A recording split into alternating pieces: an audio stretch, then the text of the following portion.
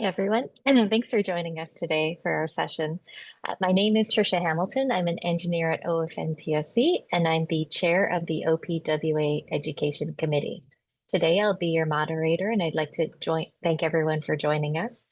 Before we get started, I would just like to share some information about OPWA. OPWA is a not-for-profit organization of professional public works practitioners. We are the Ontario chapter within the Canadian Public Works Association and the American Public Works Association. OPWA has about 600 members who are employed by provincial governments, municipalities, consulting engineers, utility companies, contractors, and suppliers. The Ontario chapter is also set up geographically with two branches, in the Niagara region with the West Central branch, and in the Ottawa region with the Ottawa Valley branch. Our mission statement is connecting the public works community, which is what OPWA offers its members through opportunities to connect through workshops, conferences, and social events. Another great way to connect is to join a committee, and volunteer assistance is always needed. The webinars are organized by the OPWA Education Committee, and to learn more about the chapter and our upcoming events and resources, we'd encourage you to take a look at our website. Here's a sample of some of the upcoming events that we have. We encourage you to keep an eye on your email for some more of these upcoming webinars, including on contract refereeing, updates to construction law, and trees and constructions. In May is the National Public Works Week with OPWA's annual awards luncheon on May 22nd, as well as our golf tournament on June 19th. Just a few housekeeping items for today's webinars. Everyone's microphones and videos will be off for the webinar today. We encourage you to ask questions. There's a Q&A box on your screen where you can type questions during the webinar. And at the end of Gleb's presentation, he'll have the chance to answer various questions that we've received. The duration of the webinar today is about 1 hour. And we also note that the webinar is being videoed and will be available on our website, so we encourage you to take a look there. With that, I'd like to formally introduce our presenter from Miller Thomson LLP. Gleb Matysienski is an associate at Miller Thomson. Gleb specializes in commercial and construction litigation. His experience includes a variety of disputes, including breach of contract, oppression remedies, professional negligence, liens, deficiency and delay claims, and commercial and residential real estate conflicts. With that, I'd like to turn the webinar over to Gleb. Welcome, Gleb.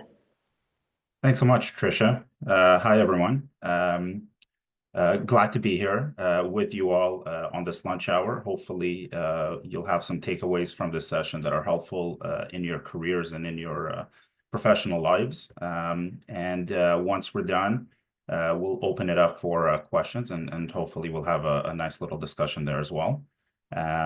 With me, I have Graham Kitt, who's one of our articling students, and he's been instrumental in helping me prepare for this presentation and put it together.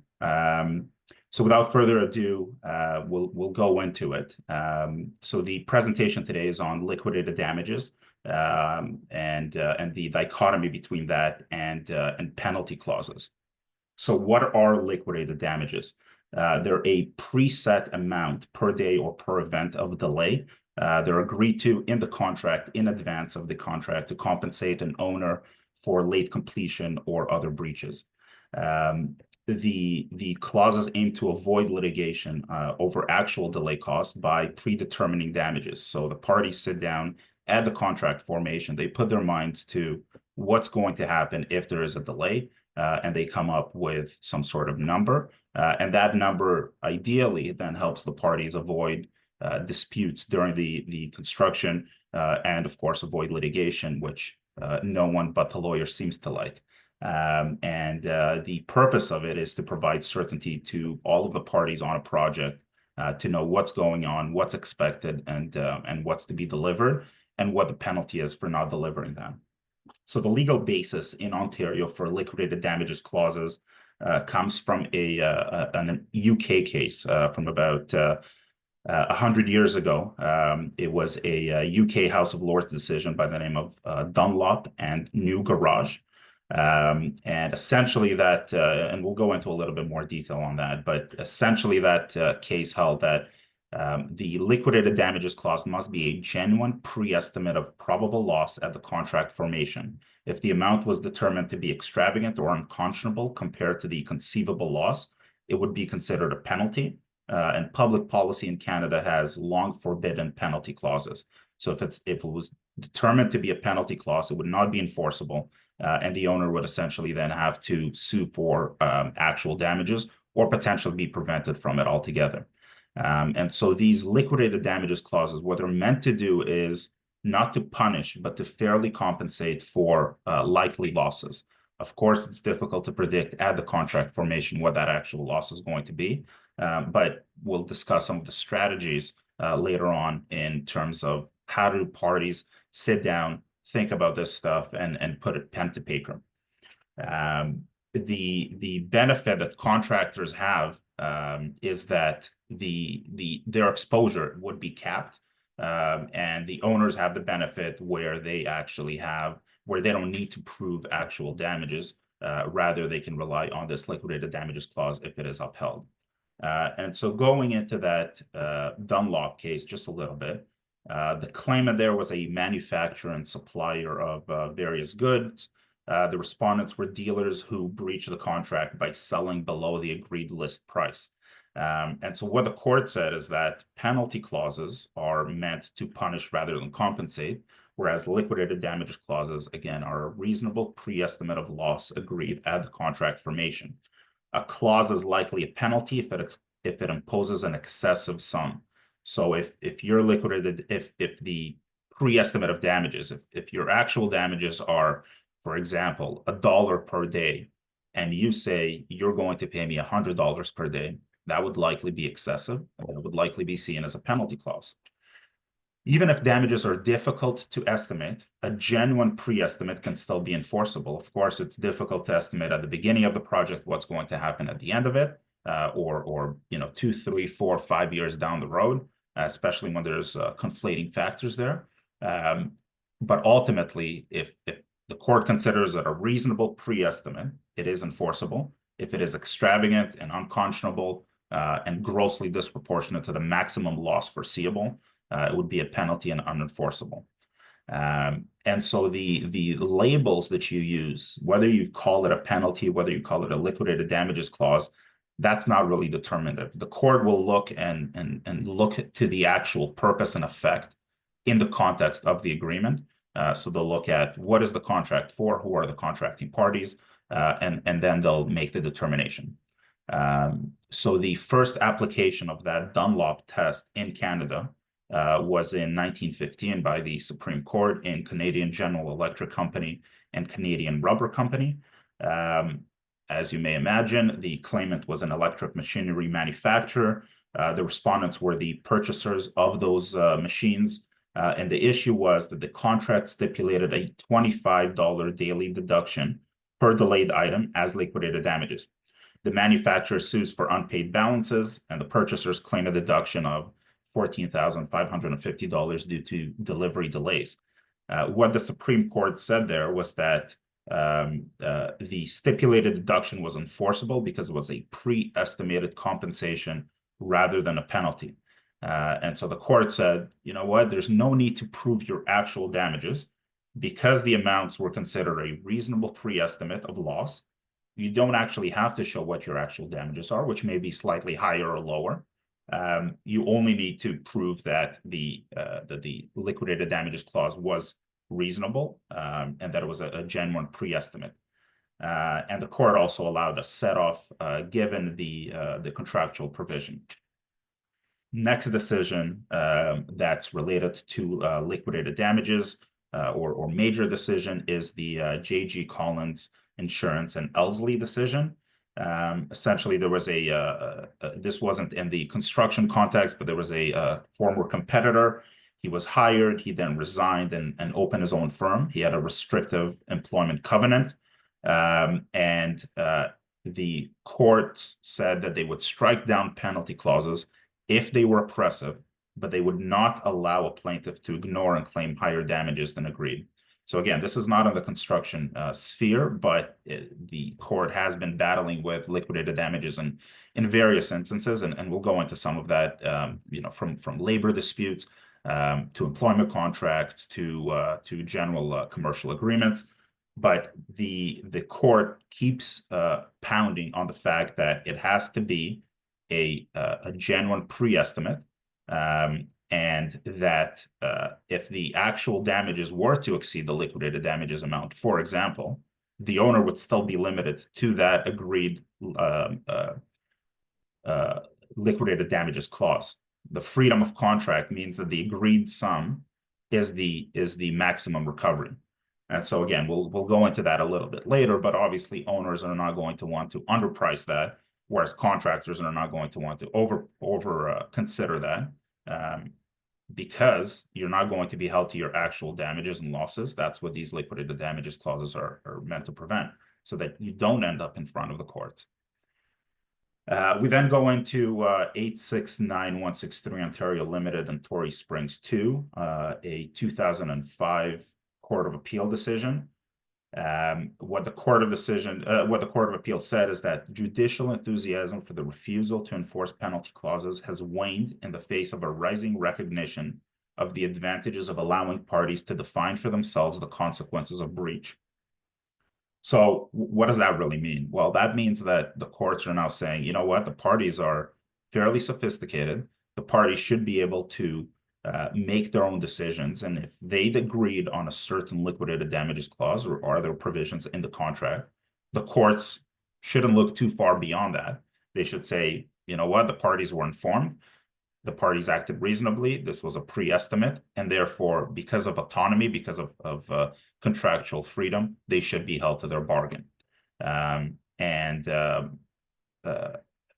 the Court of Appeal discussed that at common law, penalty clauses are unenforceable if they impose a sum that is extravagant and unconscionable.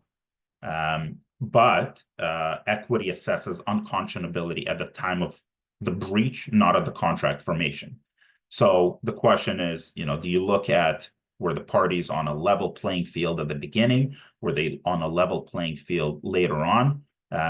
Ultimately, the courts prefer that not to classify it as a penalty, not to classify it as a liquidated damages clause, rather look at the effects, look at the purpose, look at what the parties did and what they put their mind to and what they put down to paper. And ultimately, sophisticated commercial parties should be allowed to predefine remedies for breach, so long as these remedies are not oppressive. And courts recognize that stipulated remedies provide certainty, they reduce litigation costs and litigation risk, and function as a form of contractual insurance. And this sort of reinforces that modern approach towards penalty clauses, towards contractual interpretation in general, where parties or sophisticated parties that are on fairly equal bargaining power are able to come up with clauses that they like, and not to have the court scrutinize that and then later on essentially rewrite the agreement for them, because that creates uncertainty for everyone involved. The next one is Birch and Union of Taxation Employees, 2008 Court of Appeal decision. It sort of follows that trend of enforced agreed remedies amongst parties who bargained for them. This was a union issue, and they imposed fine on their members for crossing a picket line. The members refused to pay. And what the court said is that the fines were deemed penal in nature, as they were intended to deter members from crossing the picket line rather than compensate for actual damages. And the court further found that the fines are unconscionable because they're excessive, because they were imposed on members with no bargaining power, and because they were levied at a period of financial hardship during the strike. And so the penalty clause was ruled unenforceable, and the union's appeal was dismissed. And so this case speaks to the fact that courts typically will not interfere unless there's unusual circumstances or unfair circumstances, and that's the consideration that the courts and the parties go into it with. Peachtree 2 Associates and 857-920 Ontario, a 2009 Court of Appeal decision. The two managing parties were a managing entity that was responsible for various financial decisions in a real estate investment arrangement. And the respondents there were passive investors who provided promissory notes as security. The key issue there was whether a stipulated remedy clause, which deemed that the promissory notes were fully paid upon default, was unenforceable as a penalty clause, or whether it was a valid contractual provision. And so what the Court of Appeal said, they actually dismissed the appeal, and they emphasized that enforcement of penalty-like clauses may be possible if they are not unconscionable. And so it, again, highlights that modern approach where freedom of contract and equitable principles rule over the strict common law rule against penalty clauses. Again, penalty clauses are generally unenforceable, but courts may uphold them if the arrangement in advance, again, was a pre-estimate, if the parties were on a reasonable playing level, and the courts are, again, in favor of freedom of contract, meaning they assess the fairness of these based on proportionality and equity, rather than automatically striking down clauses that at first glance may be seen as penalty clauses. And so that's been the modern shift, and you can see it sort of through the cases, more so in the 21st century, in the last 20, 25 years across the board, where the courts essentially shift to unconscionability. Limited or liquidated damages clauses are seen under that light of unconscionability, rather than the strict, is it a penalty or is it a liquidated damages clause? Recent cases show that, that's what they're focusing on. Then we go into sort of more recent Redstone Enterprises and Simple Technology, a 2017 case from the Court of Appeal, where it indicated that future assessments are moving towards unconscionability, right? So the seller there was Redstone.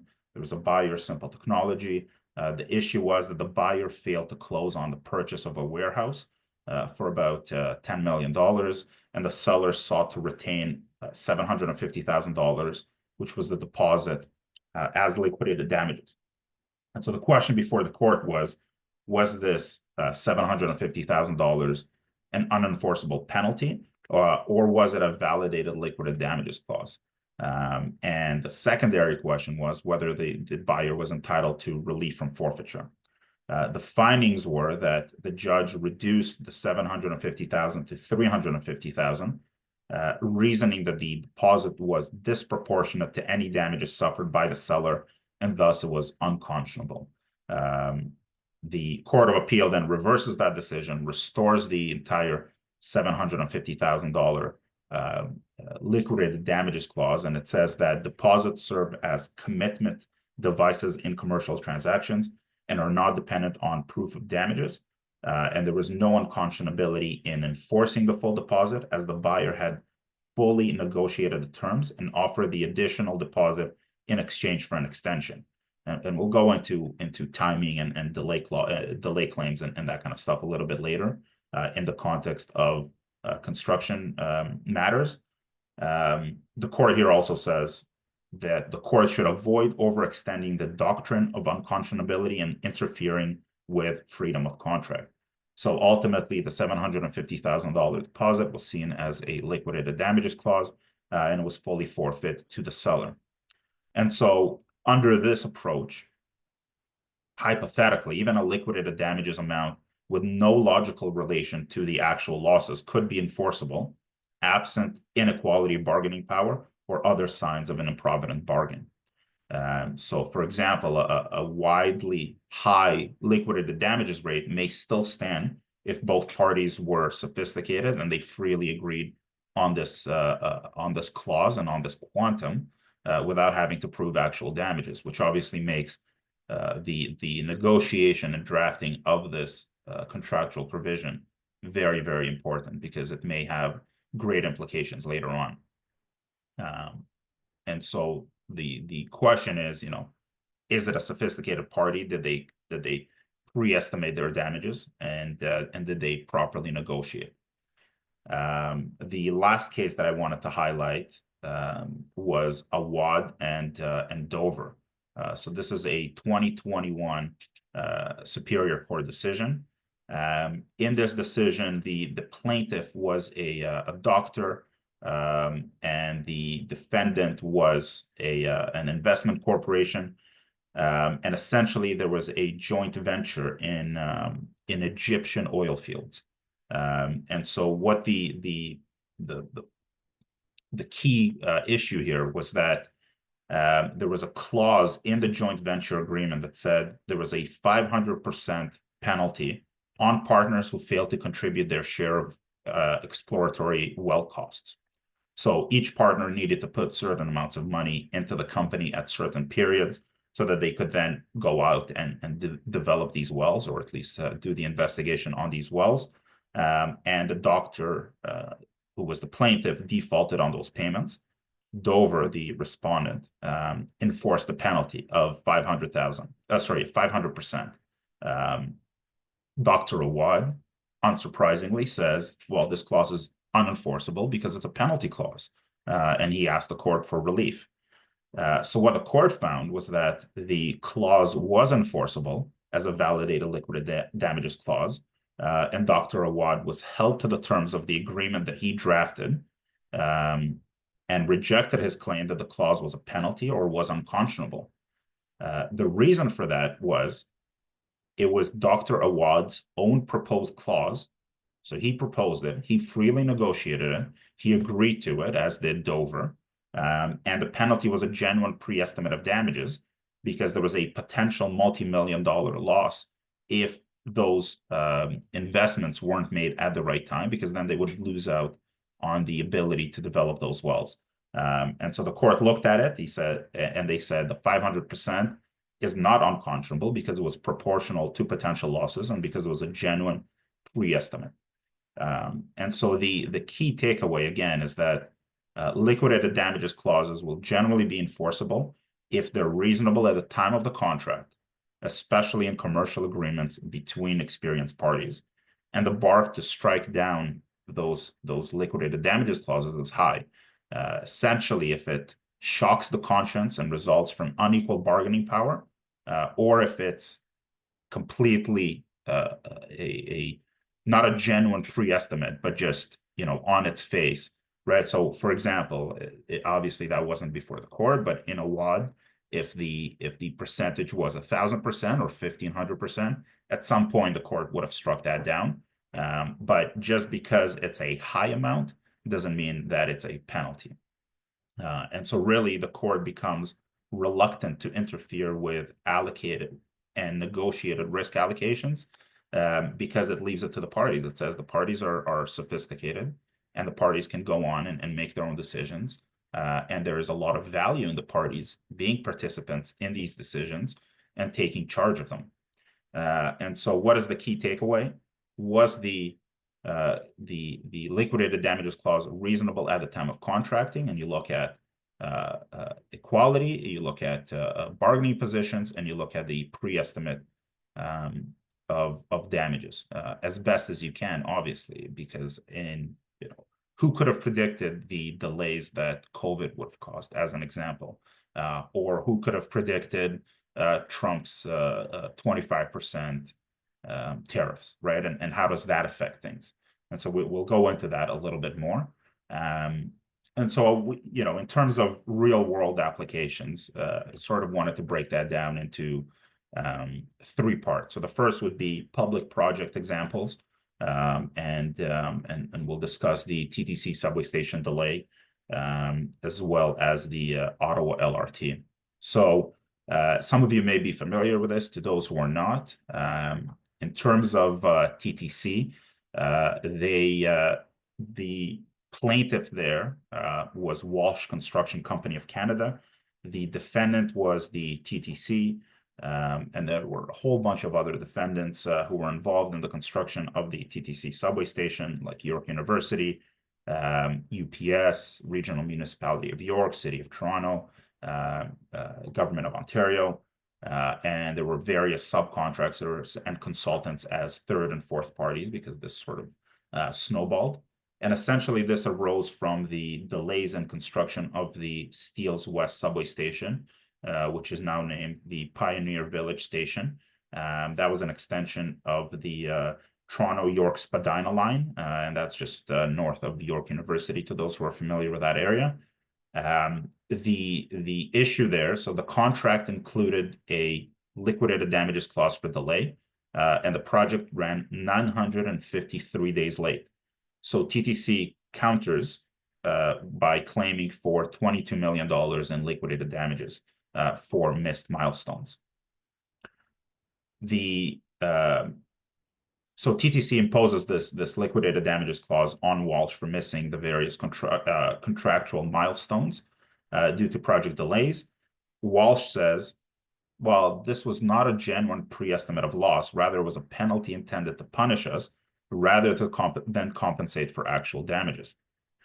So the court looks at this and says that liquidated damages, the lower court says that liquidated damages must reflect actual losses, and that TTC's claim was not based on a reasonable pre-estimate of actual losses when the contract was formed, making it unenforceable because it was a penalty clause.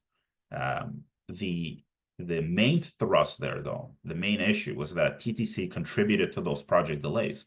And so what the court said is that, leaving aside for a second the liquidated damages versus penalty clauses dichotomy, a party cannot enforce a liquidated damages clause if it substantially caused those delays. And so the judicial trend towards fairness and proportionality continue there. It aligns with modern contract law principles that liquidated damages clauses are to be used fairly and not as punitive measures, reinforcing freedom of contract while preventing unjust enrichment. So TTC couldn't benefit if they were the ones to cause some of these delays. And obviously this litigation was expensive, it was protracted, lots of parties. Ultimately, the court was found that the owner was largely responsible for those delays due to various issues such as design issues and late information. And so the liquidated damages claim actually failed. And the point there is that even if you have an enforceable liquidated damages clause, if the owner's actions contribute to the delay, enforcement of it can fail. And it highlights that liquidated damages are really meant to compensate for contracts or cause delays, not delays that the owner participates in or causes or significantly causes, because that would be unfair to recover based on things that you did yourself. And complex projects often see disputes about fault. So how do you allocate fault? How do you allocate the delays despite the liquidated damages clauses? Many Ontario public works contracts, so for example, highway or infrastructure jobs, routinely include liquidated damages provision. For example, the City of Ottawa's Confederation Line LRT Stage 1 contract had a clause imposing $1 million in liquidated damages if the contractor missed the final handover date. So in that project, when the delays occurred, the city leveraged the contract to withhold payments, which owners often do, rather than get a compensation. They back charge and they set off amounts owed from various draws. And so the city leveraged the contract to withhold payments and enforce schedule commitments.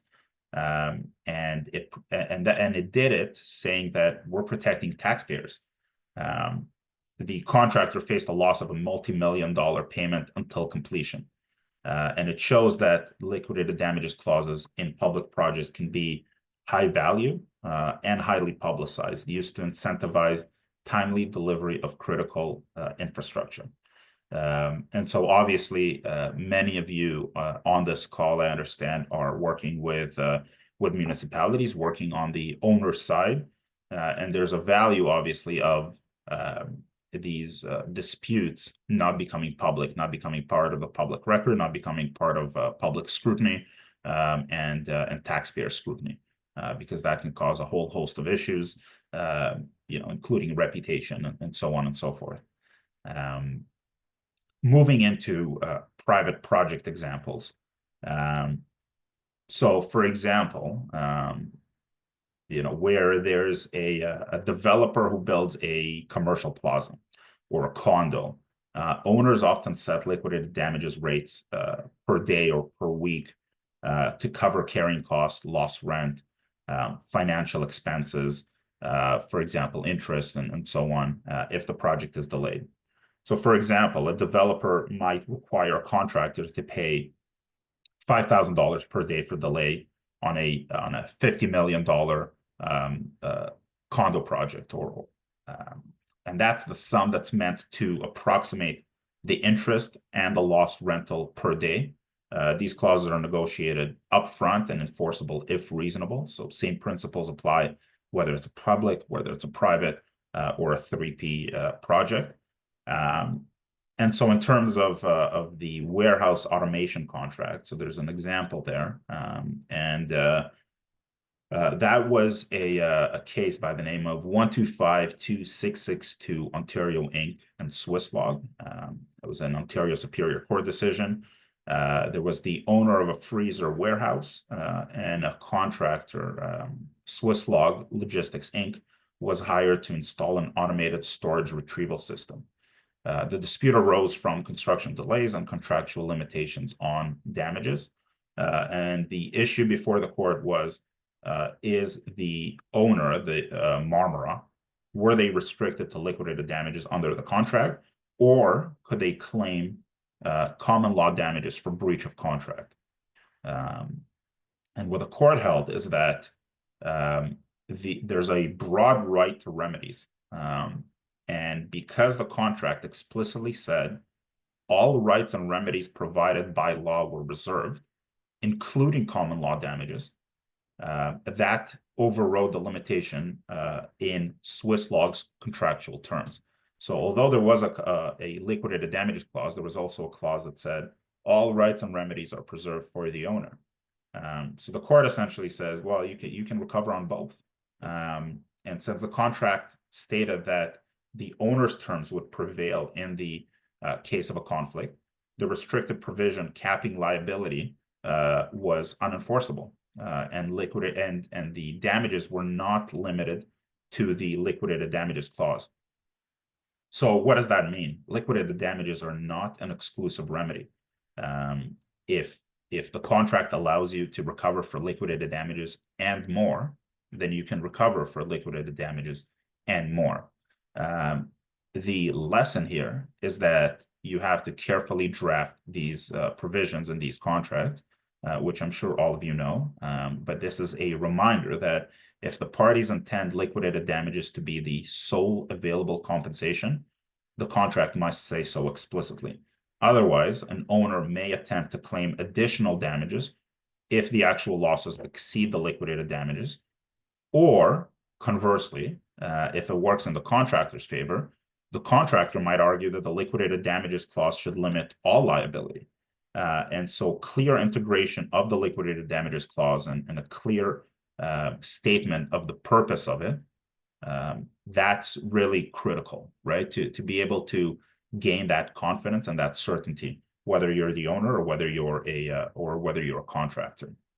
And so that's a very important question on whether liquidated damages is the exclusive remedy or whether further general damages could be claimed.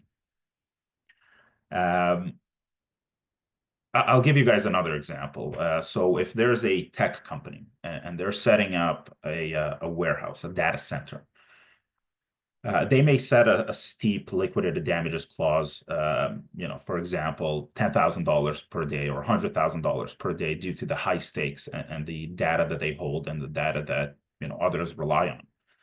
If the liquidated damages was to be set at an extremely high rate without any justification, without any connection to reality, the court could later view it as a penalty.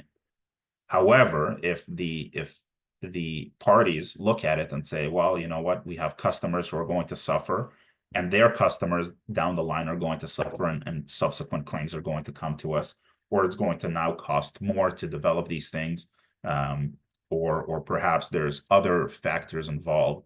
At that point, that's when the question of, is this a genuine pre-estimate, comes in, and it underscores the importance of proportionality in private deals to avoid uncertainty in enforcement. So it has to have some connection to reality, some basis for making this the calculation that you want to go with.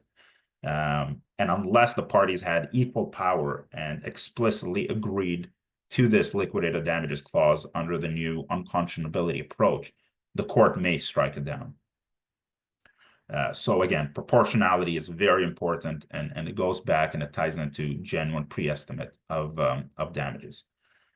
And we'll move on to public-private partnerships. So P3 examples. So the first one is the Eglinton Crosstown LRT. Much maligned, much delayed project. This is a very, very large project, and it includes detailed liquidated damages regimes. So particularly for the Eglinton Crosstown LRT, it's about a $5.3 billion project, and it suffered extensive delays.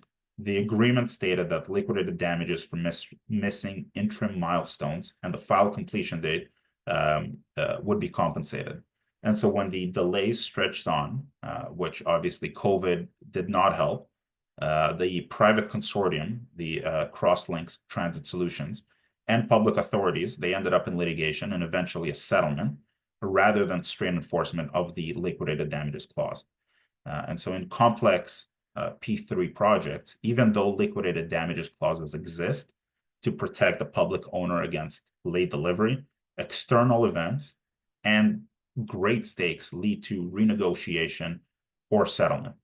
And liquidated damages in these types of projects lead to they're a starting point for compensation, and they may be adjusted if delays are due to force majeure or shared factors. So really, this sort of goes back as well to predicting what the courts may say on liquidated damages clauses. The reality is that in many construction projects, the last thing you want to do is, whether you're the owner or the contractor, the last thing you want to do is fight with the other side and go into litigation. And so I would say many projects and many issues that come up during construction projects are resolved via negotiation, because you don't want to end up in litigation.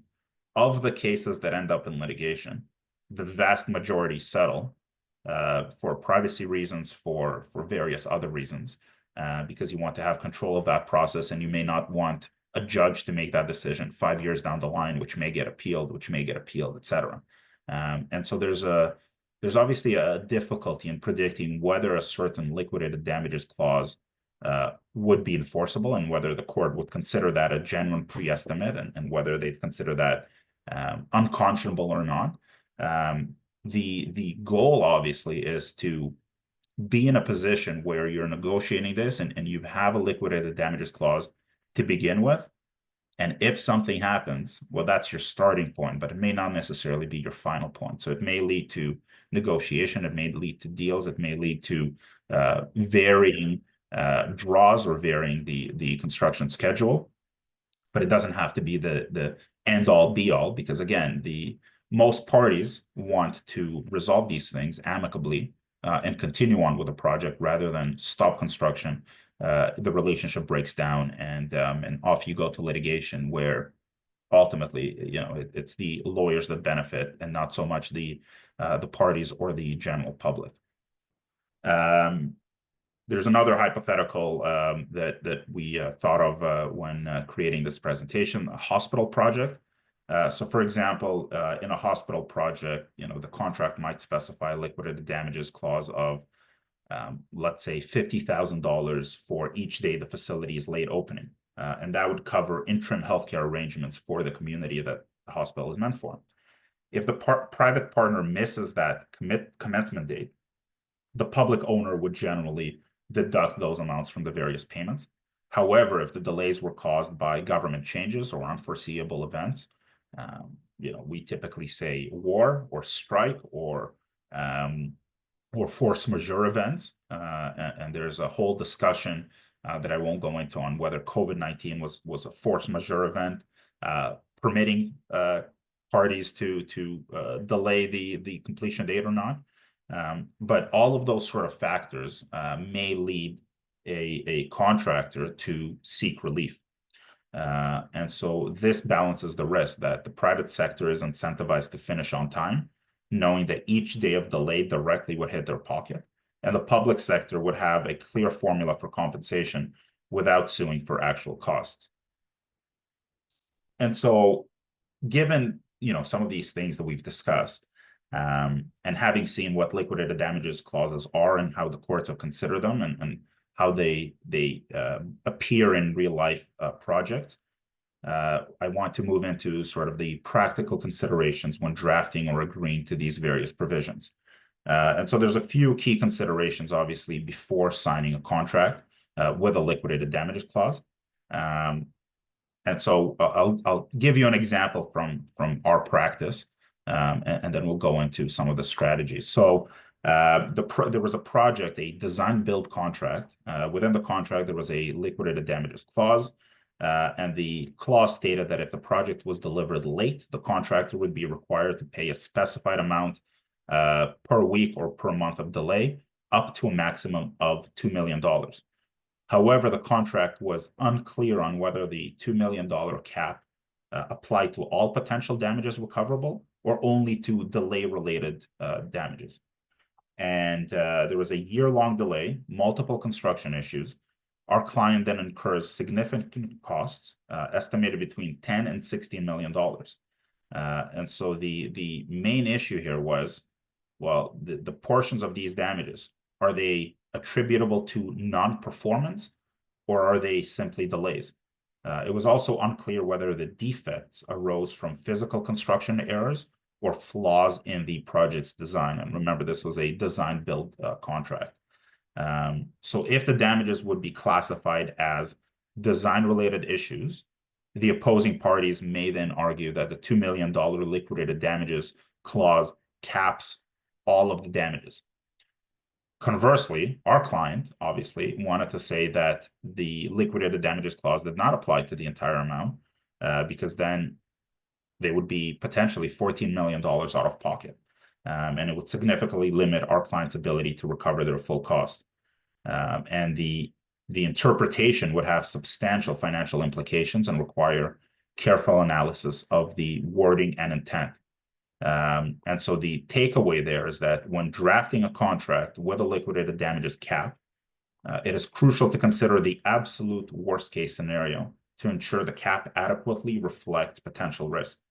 For example, if the project involves infrastructure, such as road construction, a delay could mean that people are unable to use the road, resulting in significant economic, public, political impact.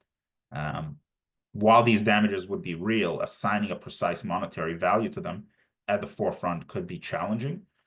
This is why including a fixed amount per day as liquidated damages is often a practical approach and is preferable to putting a cap on it, because it would provide a clear and enforceable method for compensating delay without requiring complex damage calculations or damage allocations. And so going into the risk mitigation strategies, for owners, it's key to calculate liquidated damages thoughtfully. Base the daily or weekly amount that you're setting on realistic estimated cost of the delay. For example, those could include extended project management, rental of temporary facilities, lost revenue, indirect economic damages that you may be liable for. And this would help ensure that the liquidated damages clause is a genuine pre-estimate and that it is defensible. There's a tendency sometimes, not so much with sort of very sophisticated owners such as municipalities, but more so in private construction projects. There's sometimes a tendency where you pick an arbitrarily high number to scare the contractor, and you say it's going to be $10,000 a day. Now, you may think that ultimately this is going to get the contractors to comply with a timeline. in effect, what that may do is A, invite the court to label it as a penalty, and the liquidated damages clause may be struck altogether. Um, but what it also does is it creates an adversarial relationship from the get-go, where the solution is not, let's work this out, but I'm going to sue you for $10,000 a day if you don't comply. And what ends up happening is if you're trying to pursue someone and you're trying to get your money, if they essentially default and walk off the job, you're potentially in a much more difficult position than you would have been had you negotiated and had you agreed to some sort of concessions on the basis of a pre-estimate of damages and on a basis of an enforceable liquidated damages clause. And so what you may want to consider is putting a cap on the total liquidated damages. For example, 5 or 10% of the contract value where appropriate, to limit exposure and show reasonableness. And you would show the reasonableness you would signal that both to the other side and to the courts if it ended up before them.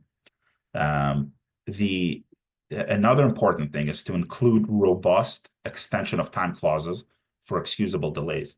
So we talked about force majeure. We talked about weather. There could be variations in the contract, change orders, and so on.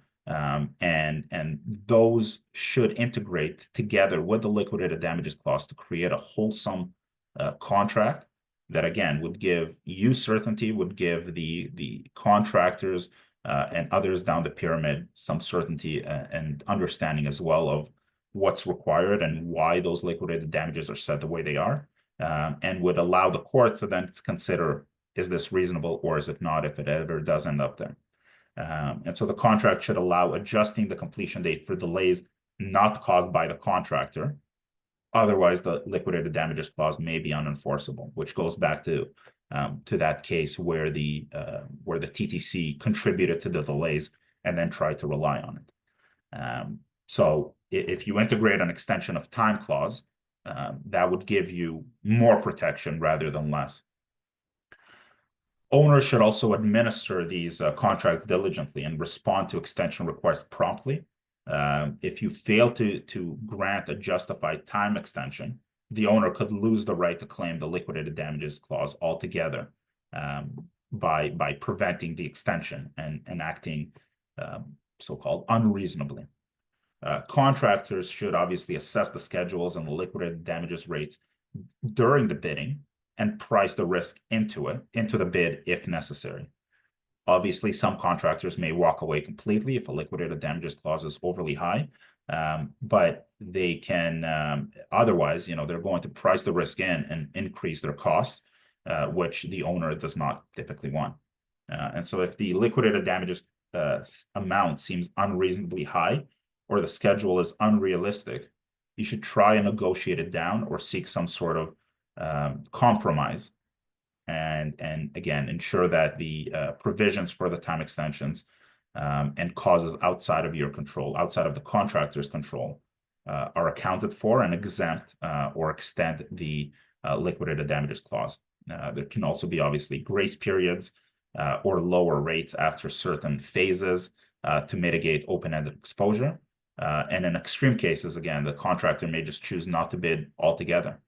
Or to expressly qualify their bid to exclude excessive liquidated damages clauses. This applies a little bit less in the public sphere where tenders may not allow qualifications, but it applies more so in the private sphere. And these strategies underscore that an overly punitive liquidated damages clause can backfire by either driving up costs, deterring qualified bidders, or creating uncertainty. And so when you're negotiating these things, you must treat them as a key commercial term during the negotiations. Both sides should discuss it and reach mutual understandings of the amounts and the conditions. And it is also very important to document the rationale for the chosen amount. For example, in negotiation notes or the contract recitals, to state that approximately X is expected as a loss per day or per week. And that would also ground you in it being a genuine pre-estimate rather than just a penalty clause that's sort of out there and not connected to anything. And it would show that it's a fair pre-estimate. It may not be exactly because you don't need to prove actual damages, but you would show that it's not a punishment. Many of the construction contracts that you may be using already may recite that the parties agree that liquidated damages are a genuine pre-estimate and not a penalty. Again, that wording may or may not be helpful because the courts may look at the purpose and effect of that liquidated damages clause rather than just the pure wording. But of course, it helps. And it shows intent and can be persuasive if both parties entered into the contract willingly. You should also explore compromises, where an owner insists on liquidated damages. A contractor may ask for concessions like float or grace periods, a cap on liquidated damages, exclusion for the first week of delay, and so on. And owners can also incentivize contractors, for example, by giving early completion bonuses or sharing savings if the contract finishes early. And the quid pro quo would make the clause A, more palatable and project focused. B, it would show that it's not punitive. And C, it would incentivize both parties to work together. Of course, you should also have clarity in wording, negotiate clear language on how liquidated damages clauses are calculated and applied. You would define the triggering events, for example, missing substantial completion dates rather than just missing X. And confirm that whether liquidated damages are exclusive or whether other remedies apply in concert and all work together. Owners typically want these damages to be the exclusive remedy for delays, but then you run into the risk that you cannot sue for additional damages. If you want the flexibility, then obviously you would explicitly reserve your rights to rely on the common law and on other provisions.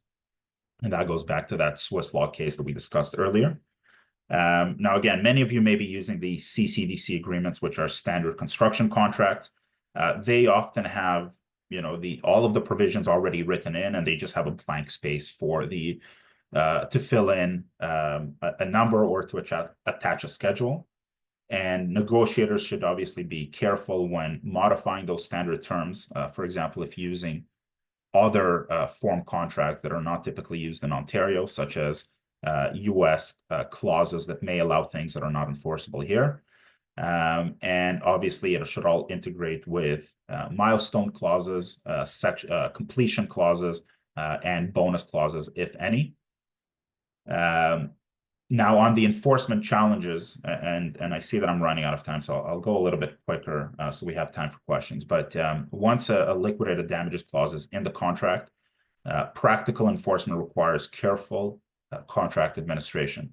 So the owner must properly document delays, give the required notices, and failure to follow those contractual procedures can potentially invalidate a liquidated damages clause.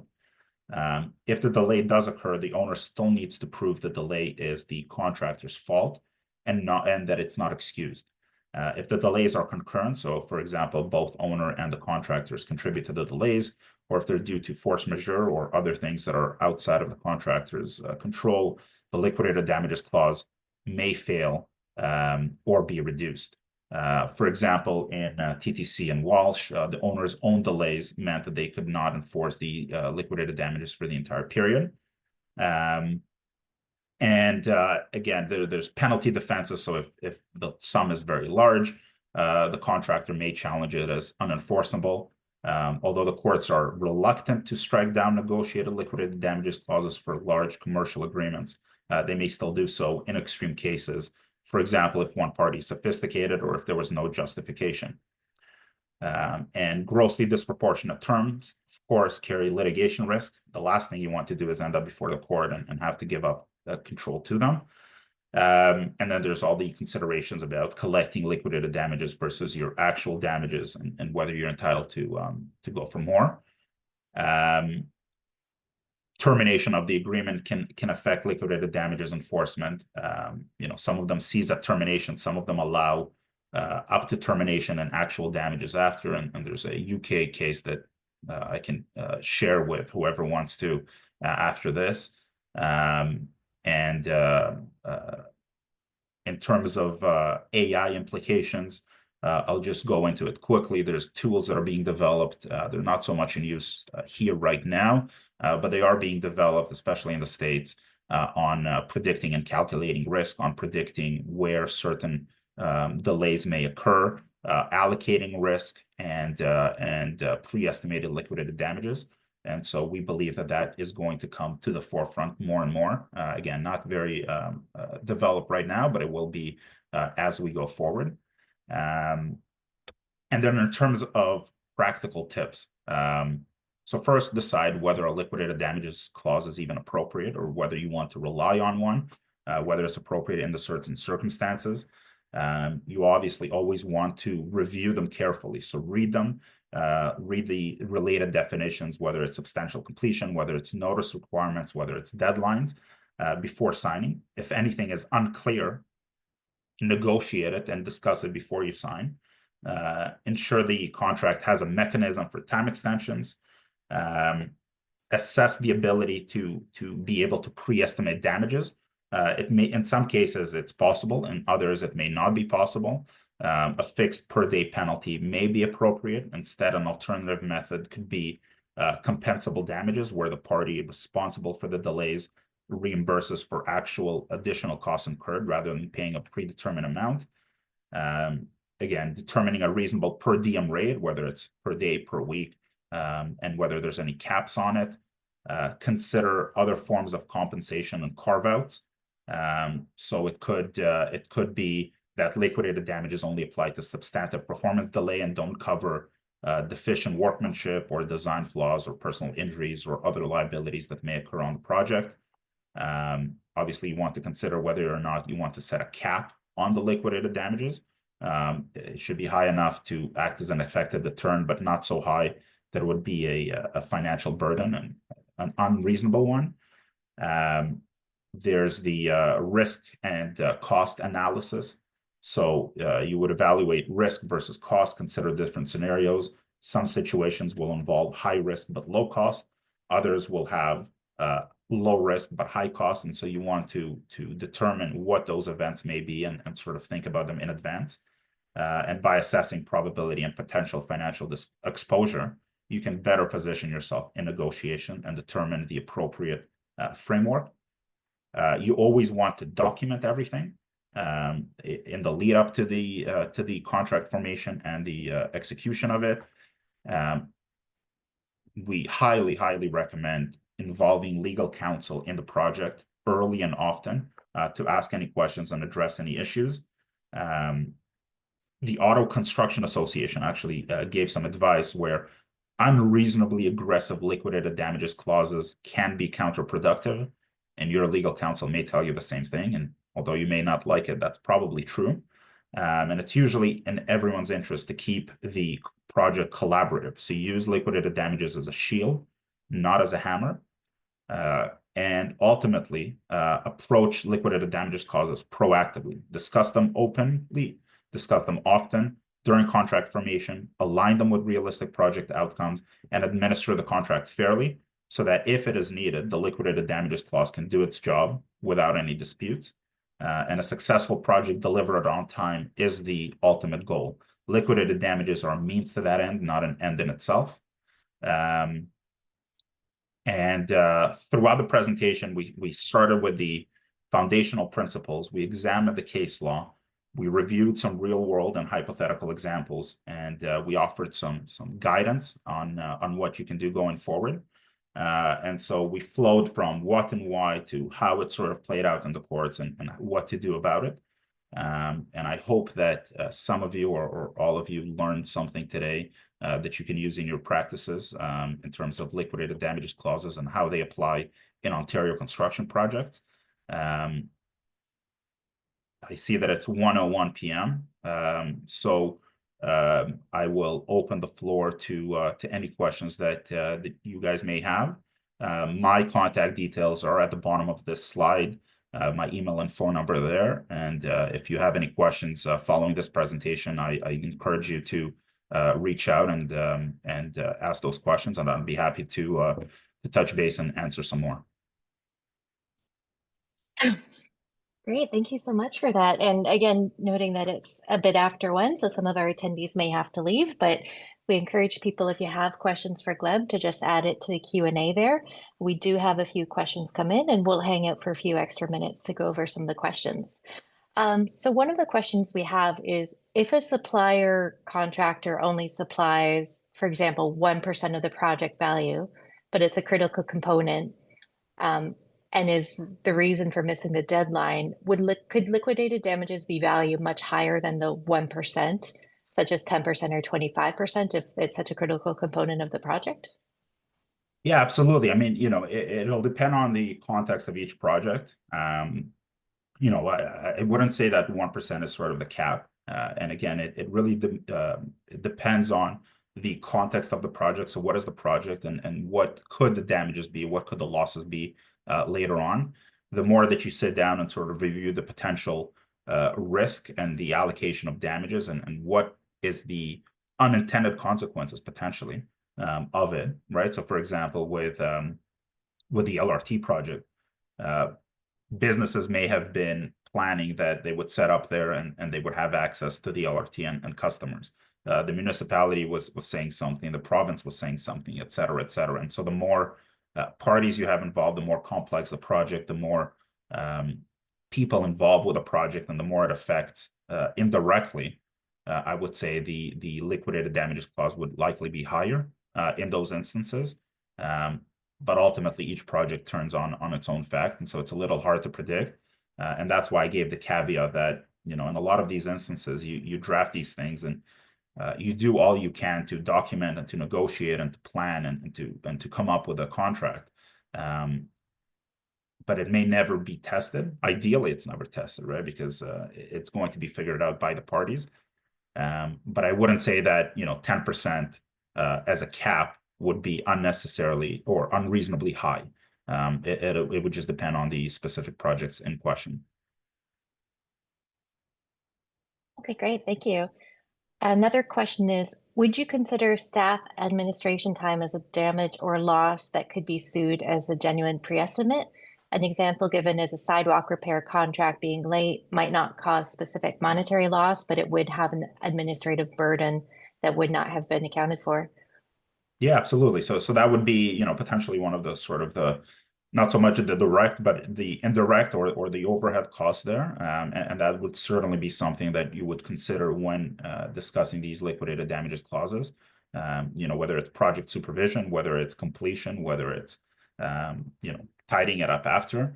Um, Again, COVID-19 was sort of an eye opener for everyone, because um, labor costs went up, material costs went up, there were delays across the board, and it's a question of, well, who's causing it? What can we claim for? And I think that the more you document in advance your thinking, so if you have those sort of costs, put them into the calculation. It's better to include them and highlight them and present them, whether it's in a tender or whether it's during the negotiations. And then everyone is on the same playing field. I mean, that's ultimately what it's about, that the parties have turned their minds to what the liquidated damages could be, and they agreed on a certain amount. And then whether that amount is, higher or lower doesn't matter as much as did the parties have the opportunity to negotiate it, and did the parties consider all of these various issues. If you were to come up, on the last day of the project, and you're saying there's delays, and suddenly you're racking up all these costs that you never even thought of, but you're now incurring them.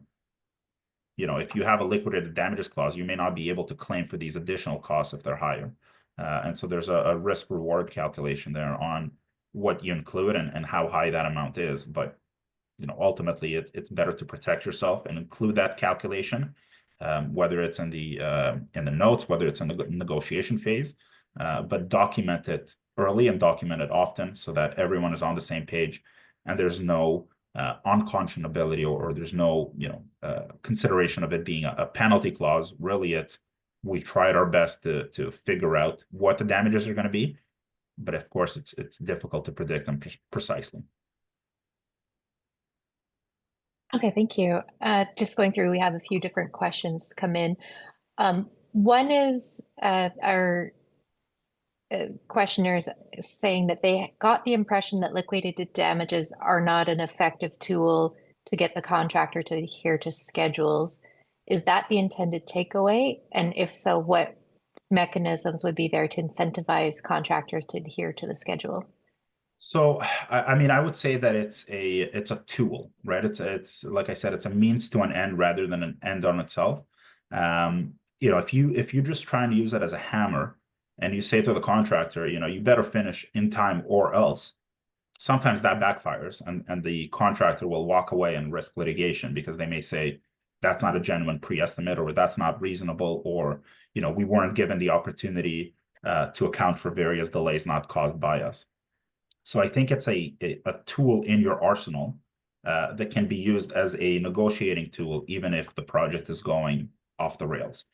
So if you have one, at least you have some backup to say, we are entitled to funds, but perhaps we work with you on an extension. Perhaps we work with you in some other way. Perhaps we hold back some of the funds until later. The other alternative and sort of the flip side of it is that, you could do you could incentivize the contractor through a bonus structure. Let's say, if you finish early, we give you X% of the savings. And that would be sort of the converse of that. Ultimately, any contract, and I know this sort of simplifies and dumbs it down a little bit, but, people call me and they say, well, I have a contract. How do I enforce the contract? And I say, you know, the example that I give is, let's say you're driving in your car and you come up to a red light. Do you have to stop at the red light? Well, no, you don't, right? It's expected you will. That's the sort of the social contract, and that's what you sign up for, that you'll stop at the red light. But ultimately, there's no one is forcing you to do it. The only thing they can do is come after you if you don't stop at the red light.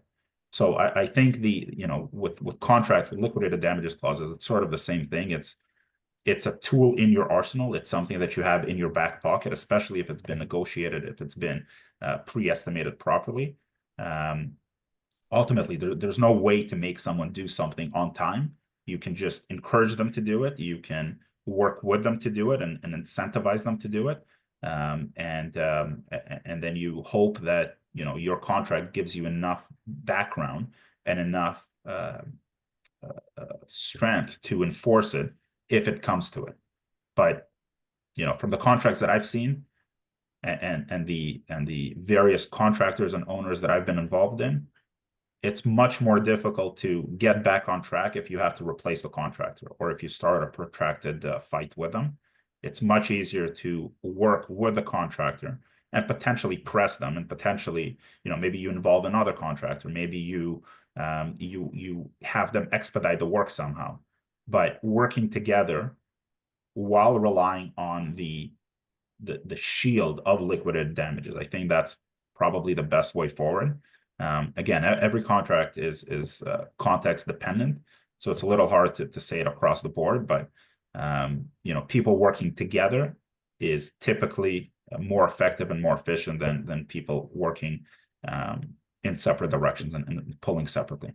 I don't know if that sort of explains my thinking or if I went on a tangent. You tell me.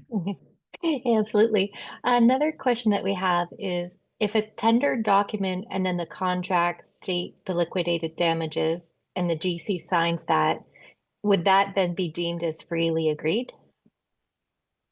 Yeah.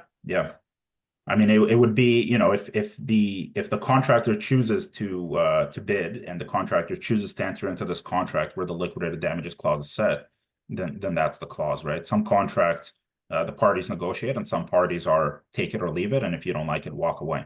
And so by agreeing to it, and typically again, these would be sort of sophisticated parties bidding on these large projects. They would know what they're signing up for, and they would have the opportunity to obviously do their own due diligence and their own research in advance on what are we signing and is this liquidated damages clause appropriate. If they've said nothing and they've done nothing to adjust it or to change their bid in any way, well, then they're deemed to accept it because they've signed on the dotted line. Not to say that the courts, if it comes to it, the courts may then say, hey, this is a penalty clause. It's not a genuine pre-estimate. Um, but at least on the contract formation side, that would be a complete answer because the contractor, having the choice to do so, decided to enter into this contract and sign whatever was put in front of them. Okay, thanks. And we have a couple questions related to calculating the liquidated damages up front. So one is for public projects, delays may have an intangible cost that may not be estimated at the time of tendering. Is there a provision to incorporate these in the contracts, or do we somehow calculate amounts up front, which would limit the damage amount? And then another question we received is there any established formula to calculate the liquidated damages value? So let me tackle question two first. I don't think there's a set formula because again, every project sort of turns on its own facts. It's very context dependent. So I wouldn't be able to say, for a municipal project, it's X amount, and for this, it's that amount. Because every project, whether it's an LRT or whether it's a subway station or a road or a hospital or anything else, they all have different considerations and different impacts on those down the construction pyramid and on the various parties and even indirectly. So the first question was the set amounts and is it are you able to calculate them in advance? Well, a lot of the amounts you are, right, and you do your best to do a pre-estimate of damages. And then it depends on your contract, right? So if it's permissive enough to include other remedies, like actual damages or like completion costs or whatever it is, well, then that's an amount that you can tack on later. If your contract says that you're limited to the liquidated damages clause and you put a number down for the liquidated damages clause, then that's the number you have to live with. And that's sort of the risk benefit analysis that you have to do. Because a contractor is going to want to know what they're liable for potentially down the road, and an owner is going to want to know what they're entitled to down the road if there's an issue. So the more specificity and the more clarity you can have on what the initial number includes and doesn't include, the better it is. And if you have other provisions allowing you to claim for more damages, I mean, that creates a little bit more risk for the contractor, but it alleviates some of the risk for the owners because then they can bring those up later as they come up. But the general advice is, as much as you can, try and think of any damages that may occur later on. And that's why involving counsel, or that's why involving, contractors as consultants is very valuable because they can tell you what they've seen before and what issues have come up. And so that sort of sharing of information can help jog your thinking in terms of what numbers do I need to include, what numbers could be, the potential. I'd also say that, if you're saying that your liquidated damages, if you're estimating them at, and I'm giving a hypothetical amount, right? If they're $8 per day, well, you may not want to put $8 because you're thinking there may be other amounts that I haven't come up with yet or that I haven't thought of, or there may be repercussions that we haven't considered. And so the amount that you actually put down may be, 10 or 12 or $15 per day, just to give you that little bit of margin to play with. Of course, you don't want it to be too high and excessive, but so long as it's a pre-estimate of damages, well, then you do the best you can. And depending on whether or not you can claim for actual damages, then you do that as well. Okay, thank you. And we're getting a few people ask about a copy of the slideshow or recording. The recording will be available on OPWA's website, so we encourage you to take a look there in the next couple days. Another question we had is, can you set off the liquidated damages from the release of the holdback if the contract states this? You can do whatever the contract states. Yeah.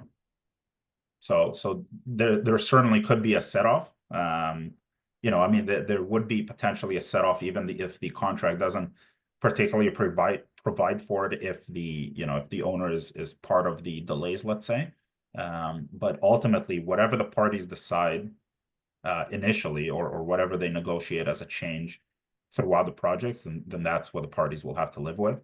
And the courts are more and more allowing the parties to make their own bargains and to stick to them rather than come in, create uncertainty because a judge, you know, one judge on one day may say one thing, a different judge on a different day may say another thing, and that just creates uncertainty across the legal field and across construction projects all over. And obviously, how do you allocate risk and how do you plan for that risk if you have no certainty in an outcome? So as much as possible, again, this sort of goes back to those negotiating and drafting tips. Negotiate, draft, think about it, and think about how the entire contract integrates with the liquidated damages clauses. Because if the contract permits you to do something, you'll generally be allowed to do it. And if the contract says you're not entitled to do something, then generally you will not be entitled to do it. And that's why the words and the interconnection between these various clauses matter so much. Okay, thanks, Gleb. It's coming up to 1:20, so maybe we'll just do one more question. I see that we do have a few other questions that we didn't have a chance to answer. So again, encourage people to send an email out to Gleb if there's anything else that we need to chat about. But one of maybe a two-parter again is if a contract specifies a liquidated damages amount per day, does the owner have an obligation to show the contractor the calculation and get their alignment on the amount being reasonable? And then maybe the second half is how would the courts assess whether the specified liquidated damages amount is reasonable? Um, So, there's obviously different ways to document it. I would say that, in any negotiation or any discussion, you would then work with the other side to come up with numbers and sort of potentially do a breakdown. You may want to do a breakdown. You may not want to do a breakdown. There's different strategies. And again, I know I sort of rely on the old lawyer's adage, but it all depends and it all sort of turns on the facts of a certain case. So I would document. My personal preference is typically document as much as possible, but there's obviously contextual considerations there. And sorry, what was the second part of that question? The question was, how would the courts determine if the value is reasonable? Right. Yeah. So, I mean, I wish I had a crystal ball, and I wish I could say that, in advance. I mean, that's sort of the difficulty in predicting how these things go. But really, they'll look at number one, did you make a serious effort to try and come up with, whether it's a number, whether it's a cap, whatever it is, like what was the basis for that? Did you just pull it out of thin air, or does it have some connection to reality? And they'll rely on potentially notes from the negotiations. They'll rely on the contract itself. They may look at the actual damages suffered and sort of how those compare to the pre-estimates. But if the two parties were sophisticated parties and there was a back and forth discussion and they had the opportunity to amend the contract or put in different numbers, and they decided not to do it, typically the courts will look at that and say, I think that the party should stick to their bargain, and we think that it's a genuine pre-estimate. Of course, it has to have some connection to reality. So if you say $1 million per day in costs, right, and your actual damages are 100,000, that may be an issue there. There may also be the integration of the extensions and the delay claims and the allocation of responsibility. All of that sort of ties in together. So it's really hard to predict what's going to happen. And that's why I gave the caveat that, especially at contract formation, who knows what's going to happen down the road and how a court may interpret it. You can align yourself to be in the best position. And ultimately at that point, you use that as a tool to help you finish the project on time and on cost rather than go through the courts. Because I think even the parties that have the strictest liquidated damages clause or the strictest contracts, they never want to end up before a judge, because again, you're ceding control and you're now inviting risk that is very hard to price out in advance and to deal with as the project goes on. So in the LRT example or in the TTC example, I imagine that those parties would have wanted the project to be done on time and maybe just slightly above cost or slightly delayed, rather than have massive delays of years and years and millions of dollars of incurred damages. So it's a strategy on how to manage the project, I would say, rather than just here's the hammer, and if you don't do it, then I get everything that I deserve. Okay, great. I think we'll wrap it up there as we've gone a little bit over time, but I see that Gleb's sharing his email address. So unfortunately, we didn't have a chance to answer all of the questions, but if you have any outstanding questions, we'd encourage you to email Gleb. And just, yeah, on behalf of OPWA, I'd just like to thank Gleb for taking time out of his day to speak to us on this important topic. We had a record number of attendees and definitely a lot of questions. So it's a very interesting and opportune topic. And yeah, we're grateful for you taking the time out of your day. Thanks so much, everyone, for joining us, and we'll see you for the next one. Thanks, Trisha. Thanks, everyone.